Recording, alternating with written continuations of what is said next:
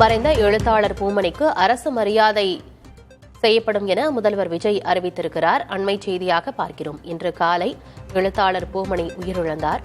இந்நிலையில் அவருக்கு அரசு மரியாதை வழங்கப்படும் என்று முதல்வர் விஜய் அறிவித்திருக்கிறார்.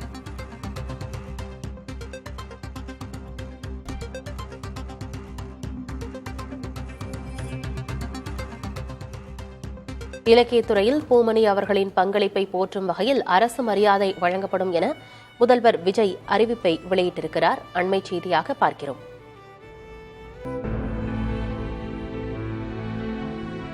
தமிழ் இலக்கியத்தின் முக்கியமான நவீன எழுத்தாளர்களில் ஒருவரான பூமணி இன்று காலை உயிரிழந்தார்.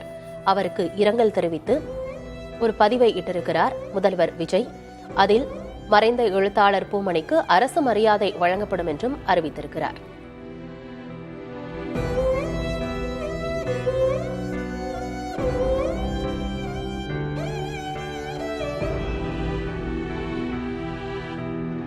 பூமணியின் மறைவு தமிழ் இலக்கிய உலகுக்கு ஈடு செய்ய முடியாத பேரிழப்பு என முதல்வர் விஜய் அவருக்கு இரங்கல் தெரிவித்து பதிவொன்றை இட்டிருக்கிறார். அதிலே அவருக்கு அரசு மரியாதையும் வழங்கப்படும் என்றும் முதல்வர் விஜய் குறிப்பிட்டிருக்கிறார்.